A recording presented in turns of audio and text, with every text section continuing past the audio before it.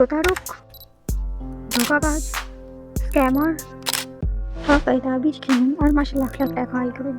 আপনিও নিশ্চয়ই এরকম কিছু মোটিভেশনাল স্পিচ অথবা থাম্বনেইল দেখে ফ্রিল্যান্সিং অগ্রসর হয়েছে। তাহলে এই ভিডিওটা আপনার জন্য। তো আমরা কি সবাই প্রতারিত হচ্ছি? তারা কি প্রতারক, ধোঁকাবাজ, স্ক্যামার? জি না, এমন অনেকেই আছে যারা ফ্রিল্যান্সিংয়ে ব্যর্থ হয়ে যাদের থেকে ইন্সপায়ার হয়েছিল তাদেরকে স্ক্যামার বলে ভূষিত করে, এবং যাদের থেকে ইন্সপায়ার হয়েছে তারা কিন্তু ভুল নয়। যারা ব্যর্থ হয় তারা আসলে তাদের আর্নিং পয়েন্টটাকে দেখে, তাদের কষ্ট স্ট্রাগলটাকে দেখে না। তারা দেখে শুধু তার পজিশন এবং তার টাকা। তারা এটা কখনোই দেখে না যে একজন প্রপারেটেড ফ্রিল্যান্সার অথবা সফল ফ্রিল্যান্সার কীরকম স্ট্রাগল করে, কতটা স্ট্রাগল করে, তারপর সে সেই টাকা আর্নিং করতে পারে অথবা সে সেই পজিশনে যেতে পারে।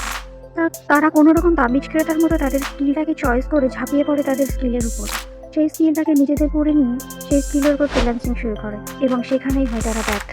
এবং তারা এটাও দেখে না যে সেই স্কিলটা কীভাবে শিখেছে এবং সেই স্কিলটাকে কীভাবে ইমপ্রুভ করা উচিত বা গ্রো করা উচিত। জাস্ট দেখে শুধু তাদের আর্নিংটাকে। যখন সে ব্যর্থ হয় তখন তাদের কমেন্ট বক্সে অথবা তাদেরকে স্ক্যামার বলে দিই। স্ক্যামার যে নেই তা একদমই নয়, স্ক্যামার আছে। বর্তমানে গতানুগতিক যে ফ্রিল্যান্সারদেরকে ফলো করা হয়, আমার মনে হয় তারা সর্বদা চেষ্টা করে ছোটো ক্রিয়েটর অথবা ছোটো ফ্রিল্যান্সারদেরকে হেল্প করেন। যাই হোক, আপনি যাকেই ফলো করেন তার মোটিভেশনাল স্পিচ অথবা তার আর্নিংটাকে নয়, তার স্ট্রাগলটাকে ফলো করবেন, তাহলে আপনি বুঝতে পারবেন যে সে স্ক্যামার নাকি সে সত্যিই আপনাকে হেল্প করতে চাইছে।